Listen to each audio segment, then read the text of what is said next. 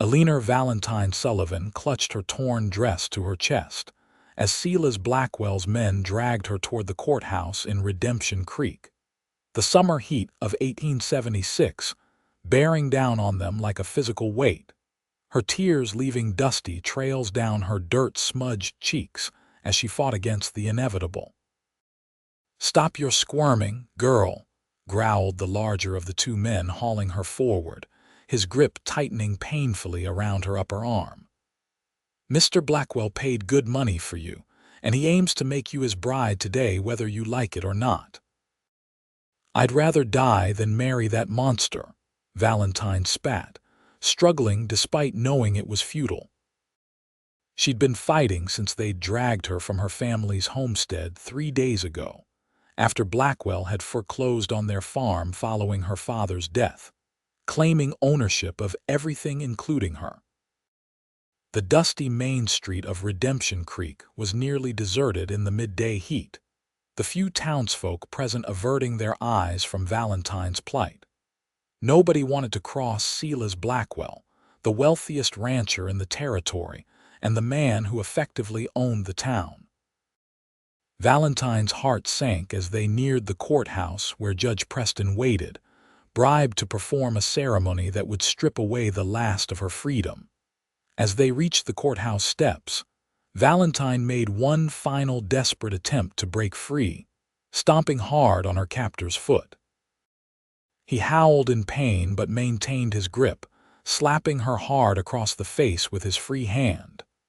"That'll teach you some manners before your wedding," he sneered, blood trickling from Valentine's split lip. The sound of thundering hooves drew everyone's attention. A lone rider on a magnificent chestnut stallion was galloping down the main street, dust billowing behind him. Valentine squinted against the sun, making out the figure of a tall man with a black hat pulled low over his face. The newcomer reined his horse to a stop just feet from the courthouse steps, piercing blue eyes assessing the situation from beneath the shadow of his hat. "Seems to me the lady ain't too keen on this arrangement," he drawled, his hand resting casually on his holstered pistol. "Mind your own business, stranger," warned Blackwell's man. "This here's a private affair between Mr. Blackwell and his bride-to-be." "Doesn't look very private to me," the stranger replied, dismounting with fluid grace. "And she doesn't look much like a willing bride." Valentine stared at the man who now stood between her and the courthouse door. He was tall and broad-shouldered, his face weathered by sun and wind but handsome in a rugged way. A sheriff's badge gleamed on his chest. "I'm Jackson Irwin, Sheriff of Silver Cliff County," he announced, his voice carrying authority without raising its volume. "And I don't recall marriage by force being legal in these parts." Judge Preston emerged from the courthouse, his face flushed with irritation. "What's the meaning of this delay? Mr. Blackwell is waiting inside." "This woman is being forced against her will," Sheriff Irwin stated flatly. "I can't allow that to happen." "This is Redemption Creek business, Sheriff," the judge replied tersely. "You have no jurisdiction here." Valentine's captors used this distraction to push her toward the courthouse door, but Sheriff Irwin moved with surprising speed, blocking their path. "Maybe I don't have jurisdiction," he conceded, "but I know injustice when I see it." In one swift movement, he drew his pistol, the metal catching sunlight. "Now let the lady go." The men hesitated, looking to the judge for guidance. "Are you threatening officers of the court, Sheriff?" Preston blustered. "That's a serious offense." "Less serious than forcing a woman into marriage," Irwin countered. "Let her go. Now." The standoff stretched for several heartbeats before Valentine felt the grip on her arms loosen slightly. It was all the opportunity Sheriff Irwin needed. He holstered his weapon, closed the distance between them in 2 long strides, and before anyone could react, he had pulled Valentine from their grasp and swung her up onto his horse. "Hold tight," he murmured, mounting behind her in one fluid motion. "Stop them." The judge bellowed, but Irwin had already spurred his horse, the powerful animal leaping forward with Valentine clutching desperately to its mane. Gunshots rang out behind them as they thundered down the main street, but soon they were beyond the town limits, the sounds of pursuit fading behind them. Valentine clung to the saddle horn, the sheriff's strong arm around her waist keeping her secure as they rode hard across the open plains. They rode for miles without slowing, putting as much distance between themselves and Redemption Creek as possible. The landscape changed from flat plains to rolling hills, the powerful horse showing no signs of tiring as it carried its double burden. Only when they reached a stand of cottonwoods beside a narrow stream did Sheriff Irwin finally rein in his mount. Valentine was stiff and sore as he helped her dismount, her legs nearly buckling beneath her. "Are you hurt?" he asked, steadying her with a gentle hand on her elbow. "Just my pride," Valentine replied, touching her split lip gingerly. "And this?" Irwin's expression darkened as he assessed the injury. "That'll heal," he said softly, leading his horse to the stream. "Drink and rest a spell. We need to keep moving before Blackwell's men organize a proper search." Valentine sank down onto a sun-warmed rock, watching as the sheriff tended to his horse. "Why did you help me?" she asked finally. "You don't know me." Irwin glanced over his shoulder. "Don't need to know you to know what's right," he said simply. "No woman should be forced to marry against her will." "Blackwell will come after me," Valentine said, hugging her knees to her chest. "He doesn't give up what he considers his property." "You're not property," Irwin replied firmly. "You're a person who deserves better than being traded like cattle." Valentine studied him more carefully now, his strong profile, the gentle way he stroked his horse's neck, the set of his shoulders that suggested he was accustomed to carrying burdens. "Where will you take me?" "Silvercliff, my town," he answered. "It's 2 days' ride from here. Blackwell has no influence there. You'll be safe while you decide what to do next." "I have nothing," Valentine admitted, shame coloring her words. "Blackwell took everything after my father died, our farm, our livestock, even the clothes I couldn't carry." Irwin nodded, unsurprised. "Men like Blackwell have been stealing from honest folks since before the war," he said. "It doesn't make it right." As the afternoon shadows lengthened, they remounted and continued their journey, riding until darkness made further travel dangerous.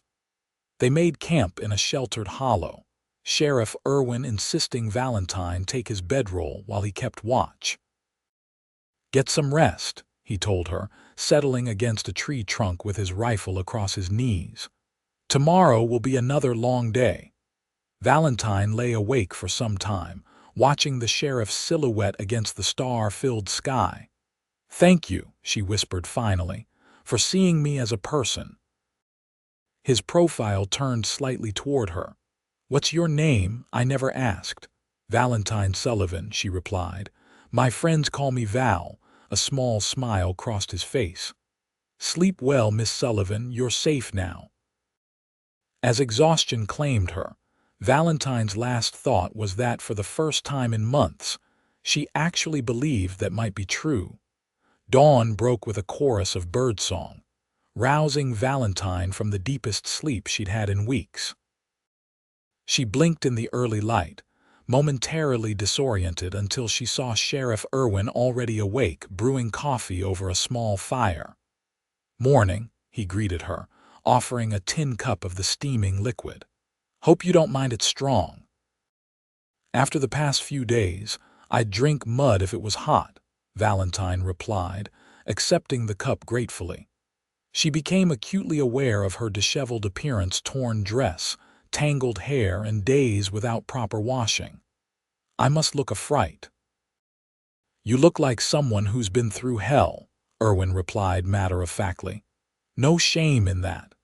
As they shared a simple breakfast of jerky and hardtack, Valentine ventured to ask the question that had been troubling her. "Won't you get in trouble? for interfering with Blackwell's plans. Irwin considered this as he sipped his coffee. Probably, he admitted, but I've been butting heads with men like Blackwell my whole career. One more feud won't make much difference. He's dangerous, Valentine warned. My father crossed him once, refused to sell our water rights.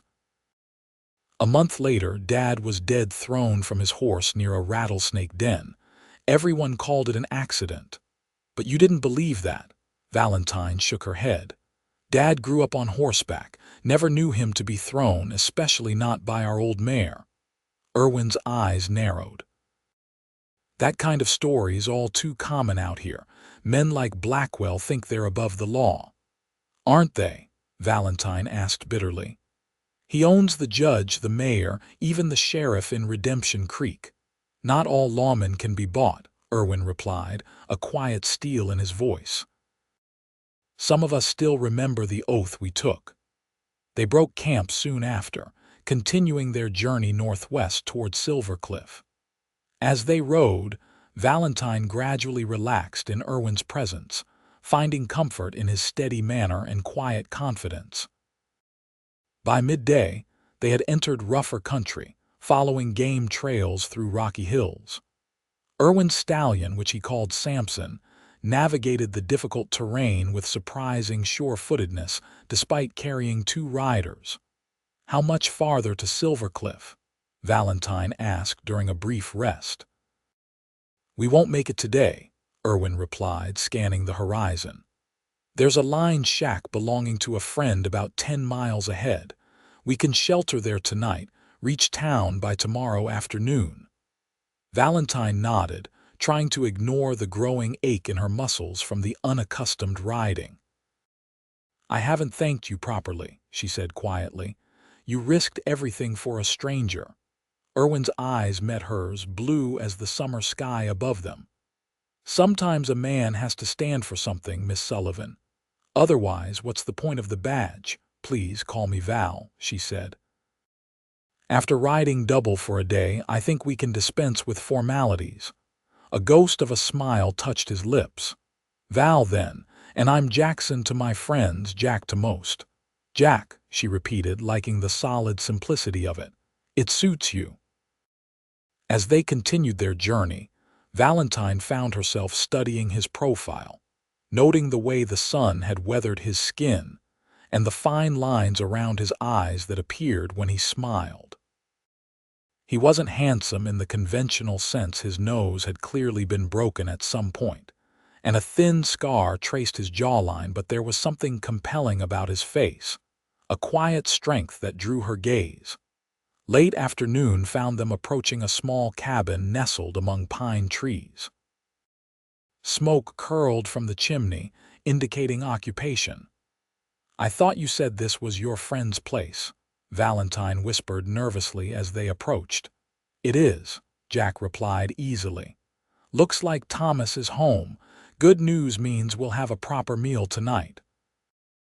The door of the cabin swung open as they dismounted, revealing a gray-haired man with a shotgun cradled in his arms. His weathered face broke into a grin when he recognized Jack.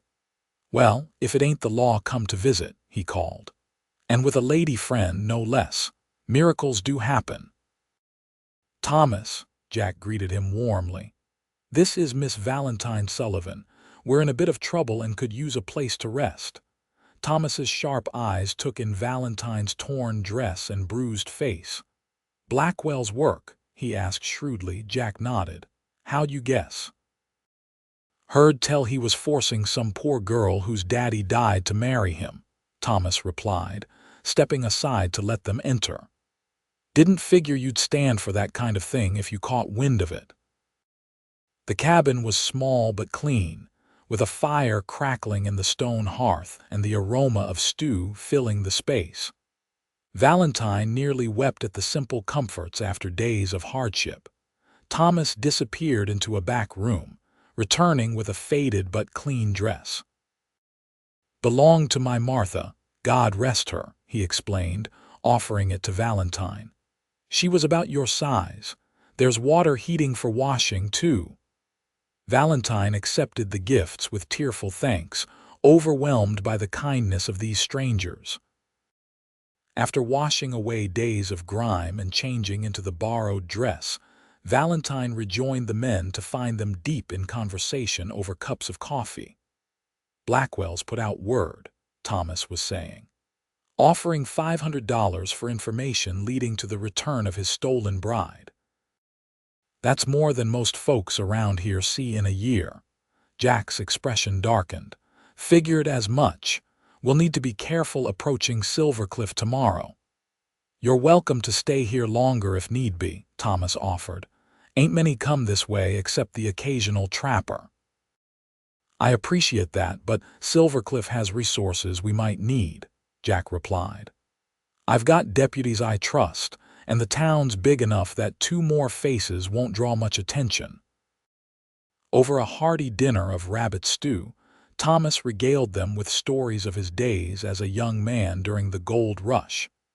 Valentine found herself relaxing for the first time in days, even laughing at his colorful tales. As the evening wore on, Thomas insisted that Valentine take the bedroom while he and Jack would make do with bedrolls near the fire. Valentine protested, but both men were adamant. "A lady deserves privacy," Thomas declared firmly.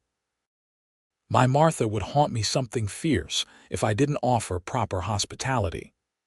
In the small bedroom, Valentine found herself staring at the ceiling, listening to the murmur of men's voices in the main room.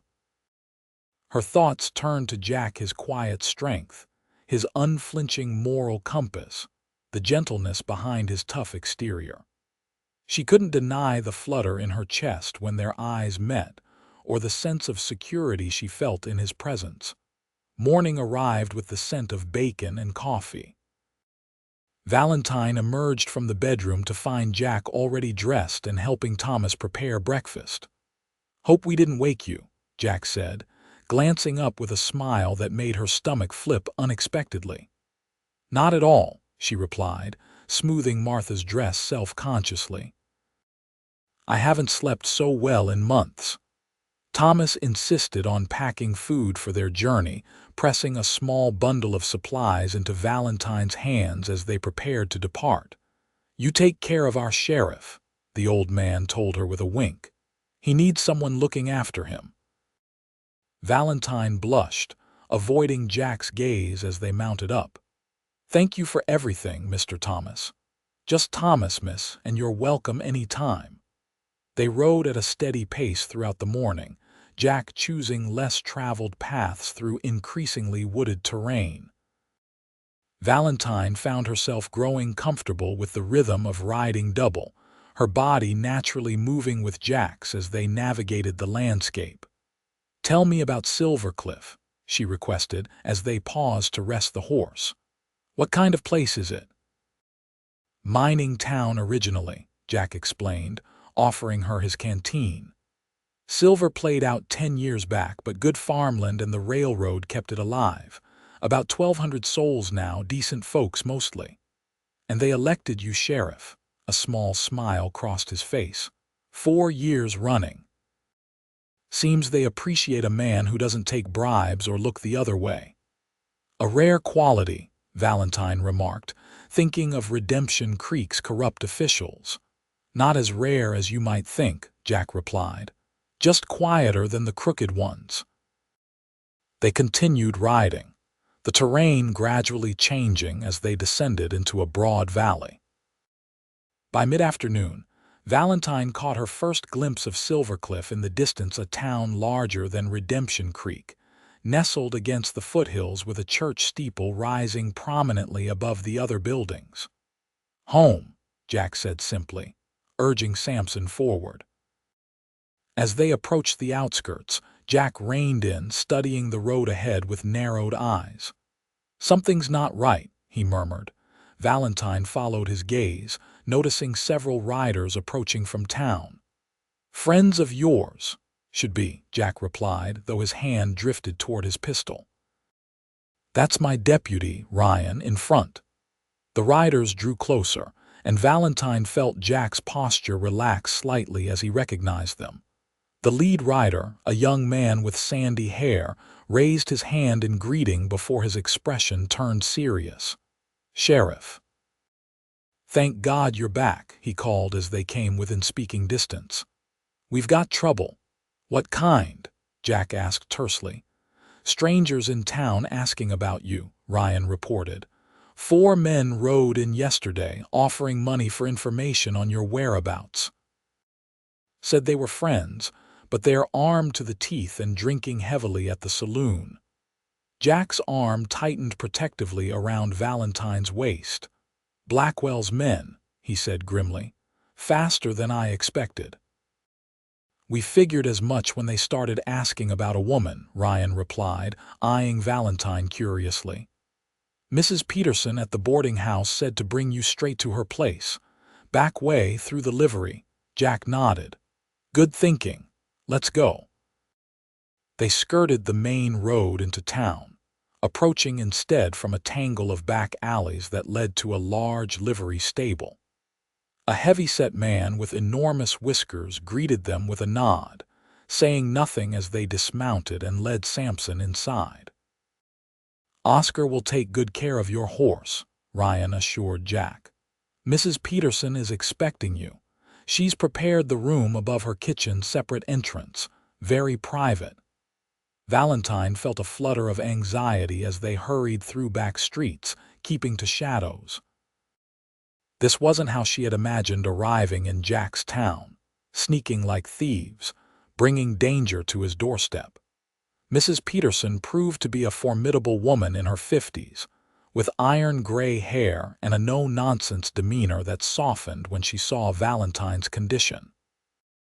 "Land's sake, child, you look half-starved," she declared, ushering them into a cozy kitchen redolent with the scent of fresh bread. "Sit down before you fall down. Sheriff, you go talk business with Ryan while I see to this young lady." Jack hesitated, clearly reluctant to leave Valentine. "I'm fine," Valentine assured him.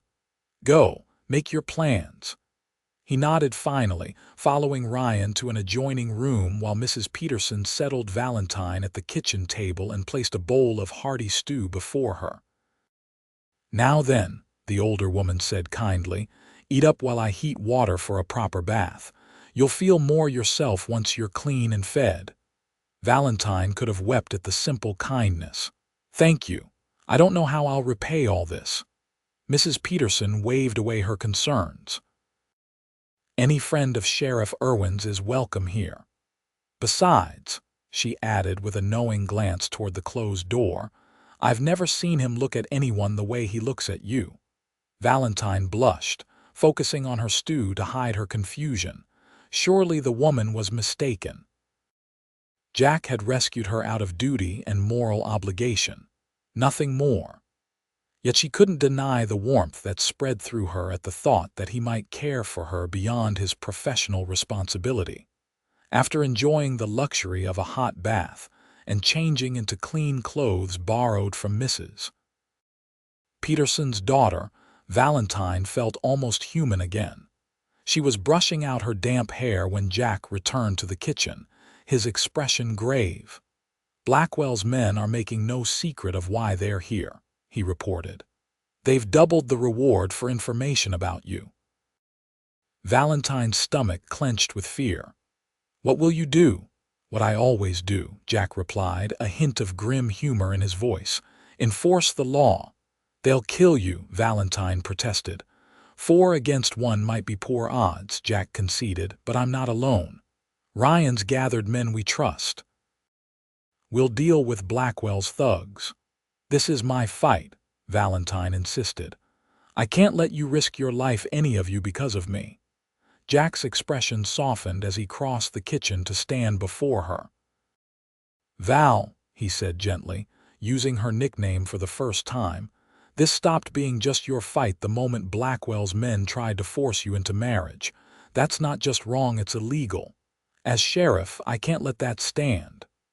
"And if it wasn't illegal," she challenged, "would you still have helped me?"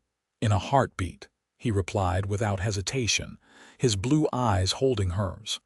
Some things a man does because they're right, not because they're the law.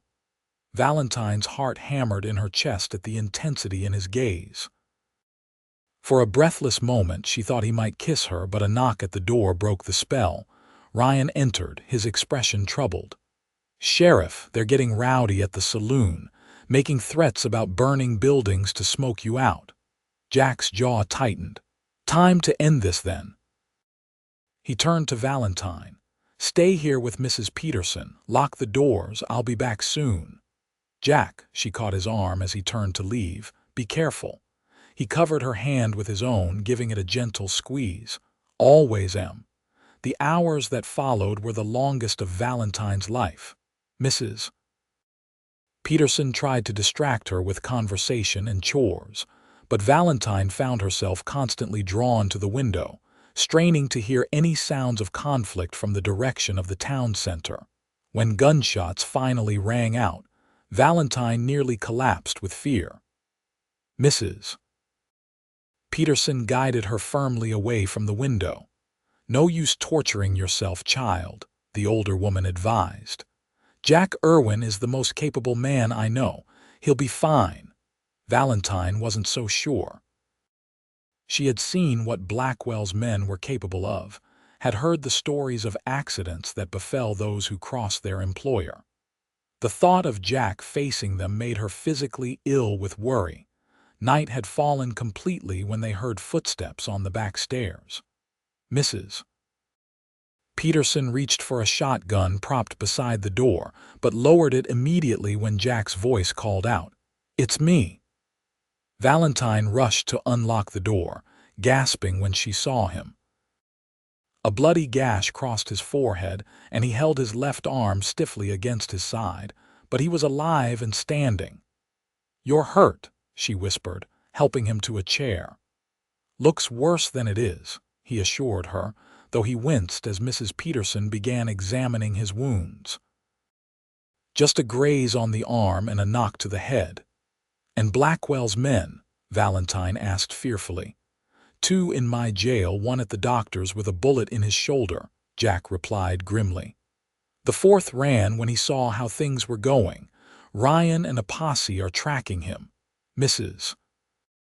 Peterson tutted as she cleaned the gash on his forehead. "Hold still, Sheriff. You need stitches." While the landlady fetched her sewing kit, Valentine knelt beside Jack's chair. "I'm so sorry," she said, blinking back tears. "This is all because of me." Jack surprised her by taking her hand.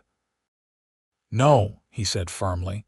"This is because men like Blackwell think they own everything and everyone. It was time someone showed him differently." "But you could have been killed." "Could have been," he agreed. "Wasn't." The simple statement, delivered with such matter-of-fact confidence, drew a watery laugh from Valentine. "Is that your answer to everything? Could have been, wasn't?" A smile tugged at the corner of his mouth. "Served me well so far." Mrs. Peterson returned and shooed Valentine away, while she stitched Jack's wound with practiced efficiency. Valentine marveled at his stoicism as he endured the procedure without complaint, his only concession to pain the tightening of his jaw when the needle pierced particularly tender flesh. "There," Mrs. Peterson announced, tying off the last stitch. "Keep it clean and try not to pull them out getting into more fights." "Yes, madam," Jack replied dutifully, earning a snort from the landlady. "I'm going to bed," she declared. "You two don't stay up all night. Sheriff needs his rest." With that, she departed for her own quarters, leaving Jack and Valentine alone in the kitchen. A silence fell between them, filled with unspoken words and new awareness. Valentine busied herself making fresh coffee, acutely conscious of Jack watching her movements. "What happens now?" she finally asked, setting a steaming cup before him. Jack sipped thoughtfully before answering. "The two we captured will stand trial. Between their testimony and mine, we should be able to bring charges against Blackwell himself." "You really think he'll face justice? Men like him rarely do." "This time will be different," Jack promised. "Judge Thornton in the county seat is honest. With sworn testimony about the forced marriage attempt and suspicions about your father's death, Blackwell will have a lot to answer for." Valentine wanted desperately to believe him, but years of seeing Blackwell escape consequences had left her skeptical. "And what about me? I have nowhere to go, nothing to my name." Jack's eyes held hers steadily. "You have choices, Val. You could stay here in Silvercliff. Mrs. Peterson mentioned the school needs a teacher's assistant." "I do have some education," Valentine admitted. "My mother taught at a ladies' seminary back east before she married my father." "Or," Jack continued, something vulnerable flickering in his expression, "you could stay with me." Valentine's breath caught. "What are you saying, Jack?" He set down his coffee cup, reaching for her hands across the table. "I'm saying these past few days have shown me something I didn't expect to find. I know it's fast, probably too fast, but I haven't felt this way about anyone before." "We barely know each other," Valentine protested weakly, though her heart was racing. "We know what matters," Jack replied. "I know you're brave and strong. I know you stood up to Blackwell even when it cost you everything. I know I want to keep you safe, but more than that, I want to make you happy." Valentine felt tears welling in her eyes. "Are you proposing, Sheriff Irwin?" "Not yet," he said with a smile that warmed her to her toes. "That would be too fast, even for me. I'm proposing courtship. A chance to know each other properly without danger nipping at our heels." Relief and joy mingled in Valentine's laugh. "I think I'd like that very much." Jack's smile broadened as he lifted one of her hands to his lips, pressing a gentle kiss to her knuckles. "Then that's settled." In the weeks that followed, Silvercliff became Valentine's home in ways Redemption Creek had never been. Mrs. Peterson's boarding house provided temporary lodging while she established herself as an assistant at the town school. Her education and natural way with children quickly earning her respect among Silvercliff's residents. True to Jack's prediction, Judge Thornton proved receptive to their testimony against Silas Blackwell. The investigation into her father's death was reopened, and when evidence of tampering with his saddle came to light, additional charges were filed. Blackwell's empire, built on intimidation and corruption, began to crumble as others came forward with their own stories of abuse and fraud. Jack courted Valentine properly, with chaperone dinners, Sunday walks after church, and occasional picnics by the creek outside town. They learned each other's stories: Jack's childhood in Pennsylvania, his service in the war, his determination to bring law to the frontier; Valentine's Eastern education, her mother's early death, her dreams of someday opening a proper school of her own. With each shared confidence, each quiet conversation, each moment of laughter, the bond between them deepened into something neither had expected to find. 4 months after her dramatic rescue, Valentine stood nervously in Mrs. Peterson's parlor, wearing a simple white dress adorned with lace borrowed from the landlady's own wedding gown. Outside, the first snowflakes of winter drifted past the windows as the town gathered at the church across the street. "You look beautiful, child," Mrs. Peterson declared, adjusting Valentine's hair one last time. "Sheriff won't know what hit him." Valentine smiled, butterflies dancing in her stomach. "I still can't believe this is happening. 6 months ago, I was facing forced marriage to a man I despised. Now you're marrying a good man who adores you," Mrs. Peterson finished for her. "That's the way life works sometimes. Takes away with one hand, gives back tenfold with the other." A knock at the door announced Ryan, handsome in his Sunday best.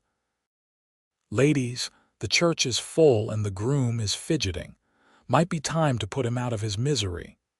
Valentine laughed, taking the deputy's offered arm. The short walk across the snowy street to the church felt like a dream the town decorated for both Christmas and the wedding, familiar faces smiling as she passed. The knowledge that Jack waited for her not as a rescuer this time, but as a partner. Inside the church, Jack stood tall and proud at the altar, his badge gleaming on his best coat, his eyes finding hers immediately as she entered. The love in his gaze took her breath away. As they exchanged vows before the town that had become their family, Valentine reflected on the strange path that had brought her here from the depths of despair to the heights of joy, from captivity to freedom, from loneliness to love. When the minister pronounced them husband and wife, Jack's kiss was gentle but filled with promise. Valentine knew with absolute certainty that while their beginning had been unusual, their future together would be extraordinary. "Ready, Mrs. Irwin?" Jack whispered as they turned to face their cheering friends. Valentine smiled up at the man who had risked everything to save a stranger and ended up finding his heart. "Ready for anything, Sheriff," she replied, "as long as we're together." Hand in hand, they stepped forward into their new life, leaving behind the shadows of the past and embracing the bright promise of tomorrow, a promise that had begun when a forced bride was dragged to the judge, and a cowboy pulled her onto his horse and spurred away.